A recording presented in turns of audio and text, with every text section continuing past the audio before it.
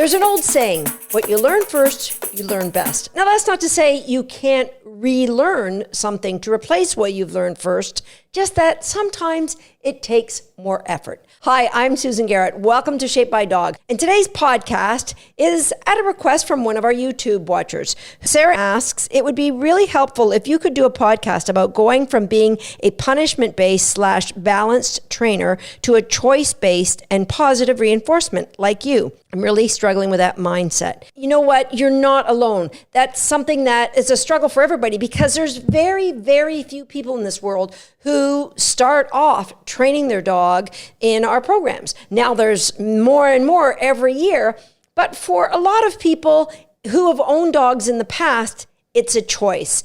And just like anything in life, to make a choice, it has to be a conscious effort. And to go from a place of punishment to a place of reinforcement, I think there's really three things that are involved. And that is the why, the plan, and the grace.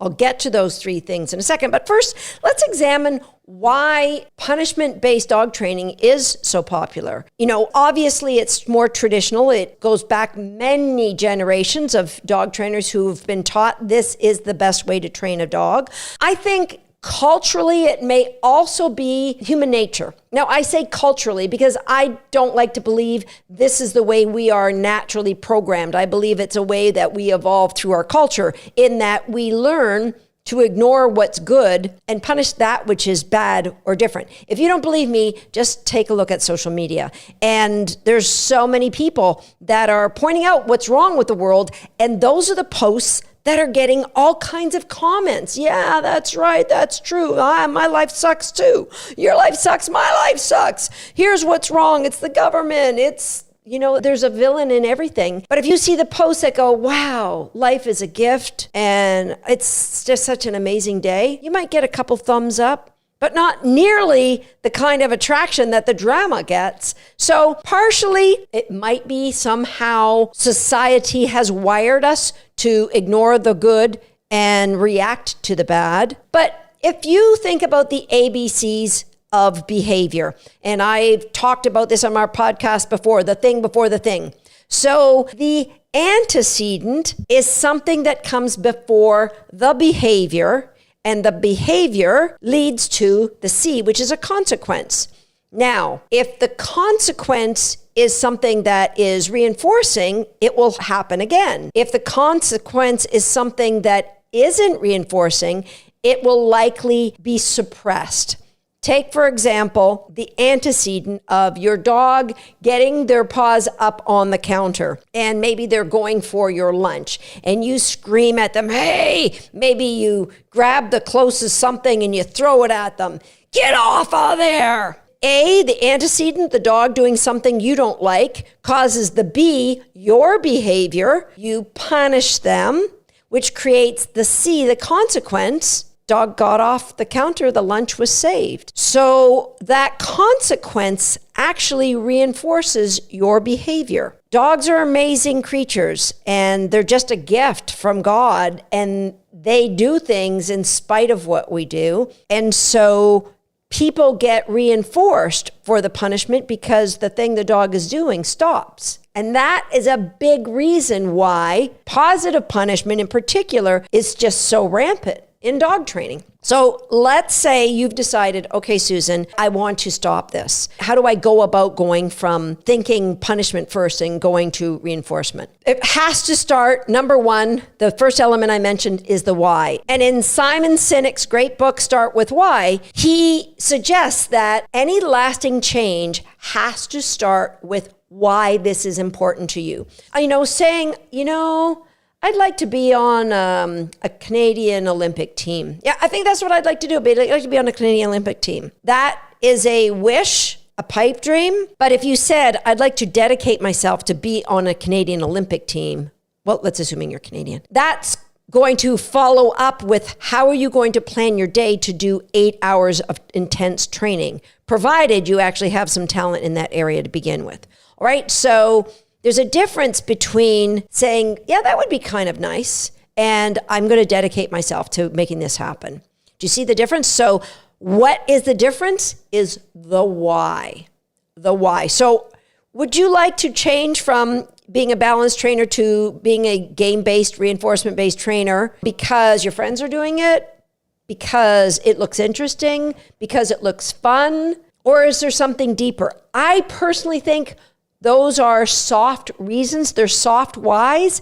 They aren't going to make you stick. So you might play along with a game or two, but when things don't go maybe at the speed you expect it, then what you learn first, you learn best. You're going to go back to the punishment that you came from because this isn't working. This stuff isn't working.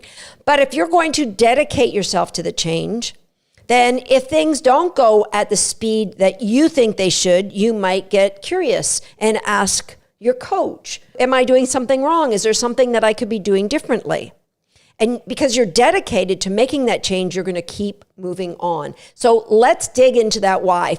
For me, I think the biggest why is we know that how you train a dog has an effect on you because as the dog's behavior is getting changed, so is yours. The example being, if you are somebody who looks to punish, then every time your dog does something wrong, you will be judging their behavior and looking to, hey, get on them.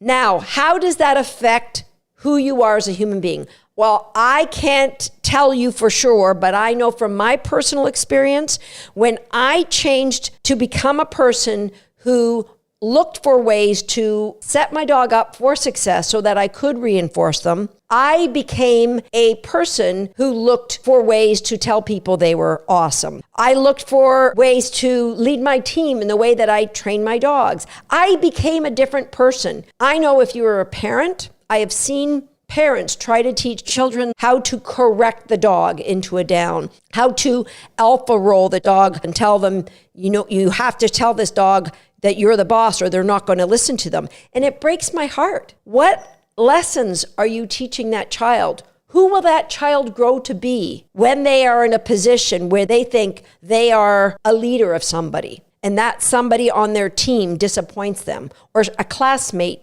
does something that they feel shouldn't be? I personally believe there's a potential that we're raising kids to believe we should be in control of others. And the bottom line, none of us can control anybody. We can only control ourselves. None of us can control our dogs. We can only inspire them to do what we want them to do by setting them up with really good choices. I don't care all the electric collars and pinch collars and anything you want to throw at a dog cannot control the dog. You can change one moment in time, but you can't control who that dog is. They still have that choice. Now, you cause enough pain, you can shut down who that dog is and have them become a mere shadow of who they are. But I'm hoping that your big why is, I want my dog help me to become the person I'm meant to be. My big why is I want to be shaped by dog. My big why is I want to bring out the absolute best in my dog. I want my dog to show their true personality and character. At the same time, living life in a way that's following guidelines I set up for them so we can live in harmony and do things together. If that's your big why, then that's going to lead you to be dedicated to make the change. And you're not going to be on any timetable looking at why isn't this happening right now. So establish what your why is and then come up with a plan. Now, if you're listening to this, you have more than 100 other podcasts that you can start and download the show notes and really do a deep dive into how we train, how we approach any kind of dog training challenge. If you stay present for the words I say in every one of the past 100 podcasts, you will have a massive leg up on becoming the trainer that looks for the good and helps set the dog up for reinforcement. In order to train this way, you've got to be brilliant at the use of reinforcement. And there's really kind of two sections during the day that this happens. Number one is training. So that might be, 20 minutes a day, maybe an hour, but I don't get an hour a day in. I do bouts of 5 to 10 minutes of training at the most. And during those times, most often using food or toys. So if you're using food or toys in your training, my guess is that's only 5 or 10 minutes of the day. The other section of your training has got to be the other 16 hours that you're awake or potentially interacting with your dog. And during that time, The reinforcement is the permission of the behaviors that you allow your dog to engage with. Do you allow your dog to bark at the front window or fence fight with the neighbor's dog or chase after wildlife or cats? And then once it's done, be mad at the dog. That's reinforcement that you need to start to manage so that the dog's behavior goes through you and you make the choice at how they earn that reinforcement. That's how this works. Also in that plan, you need an awareness of what's going on during the day, an awareness of where your dog gets their reinforcement. It's not just about playing a couple of games. It's like saying, I ate a salad at lunch, therefore I can have a triple-decker ice cream sundae and chocolate bars for breakfast, and I'm going to lose weight. If you're dedicated to something, you've got to look at the entire day. You've got to have an awareness of where your dog is getting their reinforcement and how you can adjust that reinforcement so it's something that brings you to a more productive place. You also have to have awareness of your own self-talk. You have to have awareness of how you're talking about your dog. Now, here on Shape by Dog, I talked about the belief loop.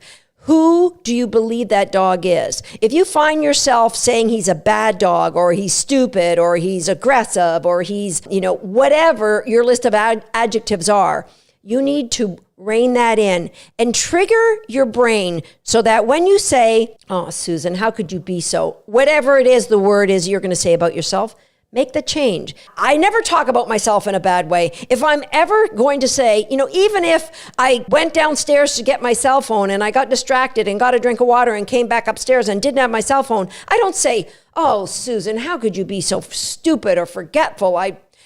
Even if it starts, oh, Susan, look at how much extra exercise you've just given yourself. Let's celebrate that. I never allow myself to talk badly about myself. I never allow myself to talk badly about my dogs. So that awareness of where your dog's getting reinforcement and that awareness about how you talk about yourself and about your dog. Now, the most obvious part of the plan is the strategic games that you're going to play with your dog that's going to bring them to have better behavior around the house and in your interactions with the dog. Now, for me, that starts with a game called It's Your Choice. And if you're in our communities, if you're in one of our online classrooms, you're well familiar with It's Your Choice. It is a foundation core game in every one of my online classrooms. If you're new to me or hearing this for the first time and you would like to start somewhere, I will give you access to our It's Your Choice Summit, 100% free. I'll give you the link in the show notes. That is the place to start. That alone, and with all these other podcasts, will give you a massive foundation to help get that kind of relationship that you're dedicating yourself to with your dog. And the final element is grace. And this is the tough one. Because once we are aware of what's possible for our dogs with game-based, reinforcement-based dog training, once you buy in and you say, that's what I want, you can't help but look at the choices you've made in the past and feel bad about yourself. Or if you're working along at this and then suddenly your dog runs off and you start gritting your teeth and yelling at him and you put him on leash and you give him a couple shots because you're so angry, and then you go back to the house and you beat yourself up. When you know better, you do better. And if you slip up and you make a mistake, what you've got to ask yourself is, how could I have handled this differently? What did I learn from this? Write it down. Go back to the ABCs. And if your dog is doing something and you yell at them and you stop the behavior and you get that reinforcement because your punishment created the outcome you were looking for, I want you to look at that outcome differently. Sure, the dog stopped getting the lunch. I want you to look at the dog's eyes as they look at you. The dog's body language. Are they a little bit more worried about you? Are they a little more fearful? Are they a little more withdrawn? Are they less likely to show you who their true personality is? So is it really a good outcome when your punishment stops the dog from doing something? It depends on what that consequence is. So I encourage you to look at this differently. Ask yourself, what did my dog just learn? You may say, oh, he learned to stay off the counter. Or did he learn to be afraid of you? Did he really learn to stay off the counter? Do you think that he will never get on the counter again, that you can leave a buffet of meat out there and he will never. Don't kid yourself. Your dog didn't learn to stay off the counter. One shot on the neck doesn't teach the dog not to pull on a leash. Screaming at them and shaking them when they don't come when called never teaches them not to run off again. All it does is make them feel worried about being around you. So the ABCs, I would like you to look at that differently. Anytime you inadvertently punish your dog, look at that, the consequence that you were given, even if the dog does stop. Look at it differently, because that will help you take a different approach next time. That will help you to sit back and go, okay, first of all, is my dog safe? So you can do anything you want if there's a chance your dog may be in danger. So let me preface that by, if your dog's running out in the street, if screaming at them will stop them, by all means, scream at them. And then take a look back at how can I make sure that never happens again? And what can I do right now to add layers into my dog's foundational learning that will help him understand how important it is to never go out an open gate, to never go out an open door. All of those lessons are what leads to having that dream dog. So grace is important, but grace with education, right? Grace is living in the present, recognizing 10 minutes ago, you might have grit your teeth and done something that you really were a little ashamed of. And grace is going, you know what, Susan? You are a good person. You're dedicating yourself to making life better for this dog so that that doesn't happen again. Cut yourself some slack, celebrate that you realize now that you did it, and even if you slip up again, you fall back on grace. And that's what's going to allow you to bring out the best in you, because that's what our dogs are here for, to help us all to be the best versions of ourselves we can be. That's it for Shaped by Dog for today. And hey, if you're listening to this in an area that you can drop down and leave me a review like iTunes, I sure would appreciate that, because that is how iTunes allows others to learn about this podcast. So if you think this is a message that other people can learn, please leave us a review, knock on those stars. Hopefully they're 5, but I can't tell you to leave 5. So leave something that rhymes with hive. And if you're watching this on YouTube, go ahead and hit the like button and share it with your friends. I'll see you next time here on Shaped by Dog. Remember, rhymes with hive. Beehive. See you next time. Go for a swim. Hey, take his lead. Time to dive into some fresh videos. But you're not going to know they're there unless you hit the subscribe button. And while you're there, go ahead and click on the notification bell so you'll never miss another video. And if you're already a subscriber, that's for you. Go ahead, grab yourself a really good reinforcement. You got that for me?